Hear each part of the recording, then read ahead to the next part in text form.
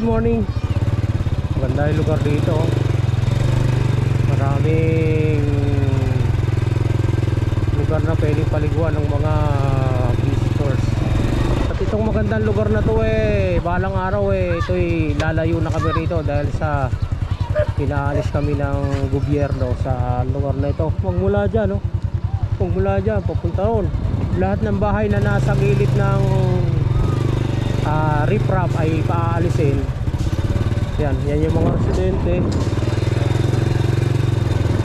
Yan, yung mga bahay na nakikita nyo ngayon ay aalisin yan at i-relocate sa mas mataas na lugar. But hindi pa naman ngayon na i-implement yan kasi malayo pa, matagal pa yan. At ako po ay damay sa i-relocate kasi ang pwesto ko ito. Itong tindahan ko po yan, yung bahay na yan. Ito yung aming pinaka-pwesto. So talagang kasama to sa aalisin. At kami ay i-relocate sa pabahay dun sa Pulong po. Ito muna yung vlog ko ngayon mga ka-explorer kasi hindi ako makapunta ng malayo at sobrang init. At ipapakita ko lang sa inyo yung lugar na talagang i-demolish yan. Kasama yan dyan yung nasa mga bahay na yan.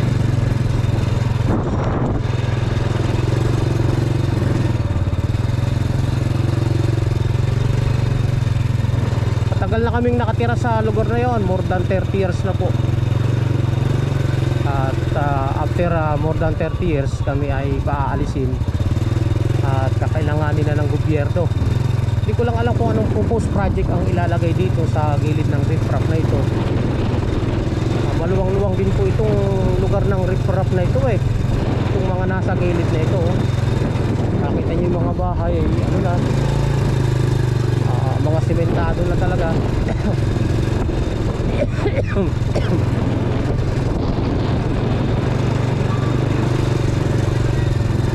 Yan, lahat ng mga bahay na yan na nakikita nyo at na i-video natin ay subject for demolition pagdating ng panahon.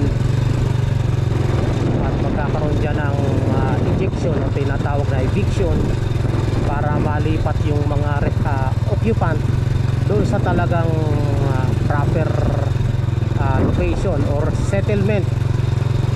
resettlement na ginawa ng ating gobyerno. Pero hindi pa ho nasisibulan yung pabahay na yun, matagal pa. Ayan sementado yun hindi kay dating Kapitang Gunying. Ngayon may pwesto rin siya, iwan ko lang kung yun ay tatamaan din ng, hindi ko lang kung yun ay may papel, pero itong nasa gilid ng riprap na ito ay sigurado na mapapaalis kasi kami ay nagkaroon na ng public hearing at ako po ang isa sa humarap sa mga kinauukulan, ahensya ng NHA, ng munisipyo at ng ating barangay official ay ginigit ko. Hindi ayaw namin umalis kasi napakatagal na namin sa lugar na yon, saka kami aalis. Ito kasama itong lugar na to. Nalulungkot ako siyempre. Nagsisimula pa lang kami ng medyo nagkaroon ng konting hanap buhay, saka naman tayo aalis dahil nga sa pinaalis ng gobyerno. So isa ako sa tumutol at nakipagbalak-balitaktakan ako sa kanila at iginit ko naman ang karapatan bilang isang informal settler. So alam ko ang batas na kami walang kalaban-laban sapagkat wala kaming pinanghahawakang titulo na pwede namin panlaban sa gobyerno. So ang aming karapatan bilang isang informal settler, ayun ang aming ginigiit na hindi kami aalis dito hanggat wala kami lilipatang sapat na dito, magandang relocation, may tubig, may kuryente, may kalsada at may livelihood para naman yung mga lilipat doon hindi magmumukhang kaawa-awa. Kasi aalisin kami sa danger zone, ililipat kami sa mas danger zone kasi wala kaming hanap buhay, malayo sa paaralan, malayo sa palengke. Bagaman napuntahan ko na yung relocation, pinakita ko na na maganda naman, pero dapat ang programa ng gobyerno ay malinaw para sa mga informal settlers. Ayan, yun ang aming lugar. Dito po, ang exact location po nito ay Santo Cristo, Angat, Bulacan, kung saan magkakaroon ng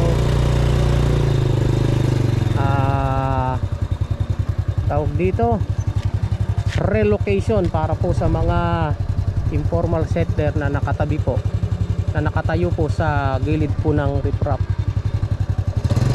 Sana ano ng gobyerno marinig yung mga hinaing ng mga kababayan namin dito. Hindi naman dapat paalisin basta-basta, kasi hindi ganun, hindi biro-biro hindi biro-biro ang pag-aalis. Unang-una, naka-adapt na sila sa environment. Nandito yung hanap buhay nila. Nandyan, nangingisda. Sila yung may-ari ng mga damara na yan. Kumikita sila pag tag-araw. Kumikita sila pag may mga naliligo.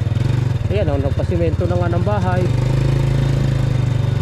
So ang pangarap nila, for the future, para sa kanilang mga anak, unti-unti nang nabubuo, biglang mawawala dahil sa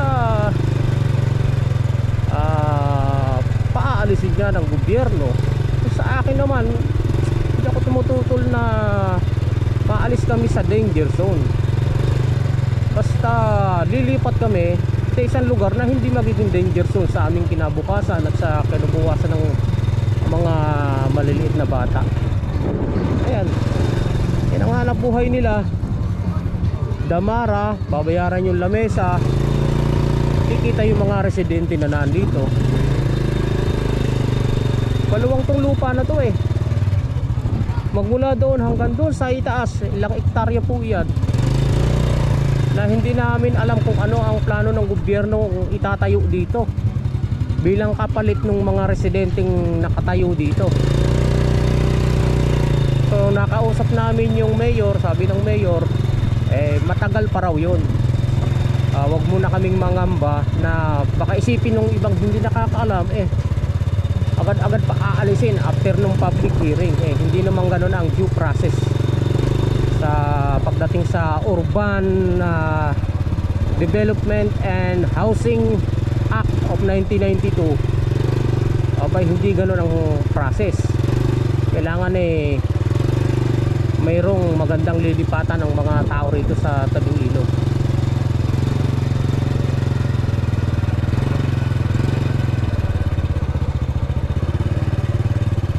Maganda na lugar dito sa amin, Sa umaga magja-jogging ka, sa hapon magja-jogging ka, fresh air. Nandito ang hanap buhay ng mga tao, pangingisda, malapit sa palengke. Mga nasa 200 away dito, 200 meters away, palengke na. At wala pang 1 kilometro ay paaralan na. So mas accessible ang mga tao rito sa kanilang mga pangangailangan. Paaalisin at ililipat dun sa malayo. Kaya marami, halos lahat ay tumututol. Sana ang ating programa ng gobyerno ay huwag maging anti-poor. Kawawa naman kaming mga mahihirap pagka ang programa ng gobyerno laging nakakadihado sa mga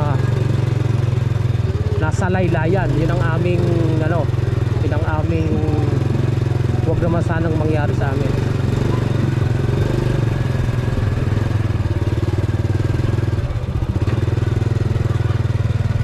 Ayan ang nahanap buhay, junk shop, tindahang maliliit.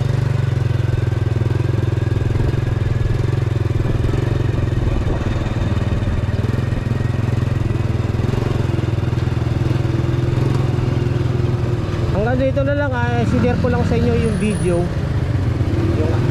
yung aming kondisyon sa lugar na ito, sa aming